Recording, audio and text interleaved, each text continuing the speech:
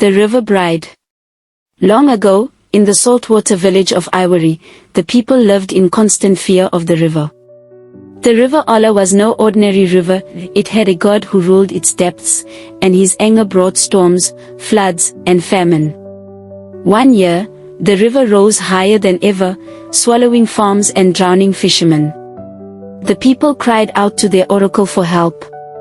The oracle's voice shook the air like thunder. The river god demands a bride, the most beautiful maiden of Iworie must be given, or the waters will consume us all. The villagers' eyes all turned to a cuckoo, a girl with skin as radiant as morning dew and hair like flowing night. She was gentle, humble, and the pride of her widowed mother. But beauty can be a curse. The elders declared she was chosen.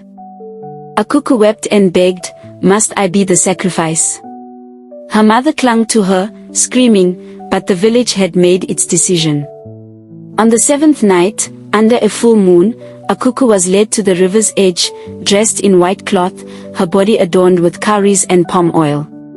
Drums beat slowly, mournfully, as chants filled the air. The villagers pushed her into a small canoe and released it into the current. The river carried her away. Her cries echoed until they faded into the night. When a cuckoo awoke, she was no longer in her canoe. She stood before a magnificent palace beneath the waters, walls of shimmering coral, pillars of pearl, and glowing fish lighting the halls. There, she met the river god. But to her surprise, he was no monster. He appeared as a tall, regal man with eyes like the ocean and a voice like flowing waters. "You are my bride now," he said softly. Fear filled her heart, but strangely, so did curiosity. Days turned into weeks. The river god gave her silks, gold, and food sweeter than any she had known. Yet a cuckoo longed for freedom. One night, she wandered near the river's edge, where she saw Obi, a young fisherman from her village who had secretly followed her trail. He had loved her since childhood, but never spoken of it. Now, he risked his life just to see her again. "A cuckoo," he whispered, "I will not let the river keep you.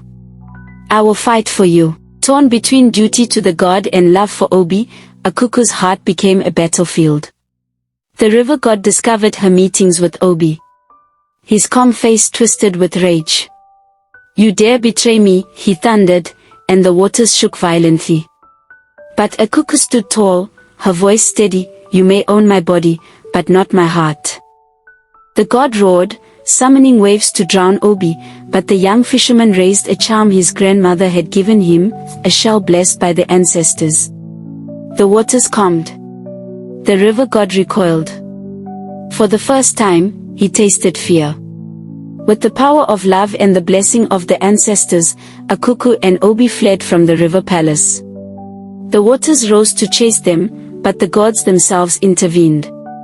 A great storm shook the land, then stilled. The river god was forced back into his depths, defeated. A cuckoo and Obi emerged on the riverbank, gasping, alive. The villagers, who had been mourning her, now rejoiced. From that day, the river never rose to harm Iworie again. A cuckoo and Obi married, their love becoming a living legend. The elders finally understood, the gods may demand sacrifice, but the greatest offering is love, pure, fearless, unyielding. True love is stronger than fear, stronger than death, and stronger even than the gods.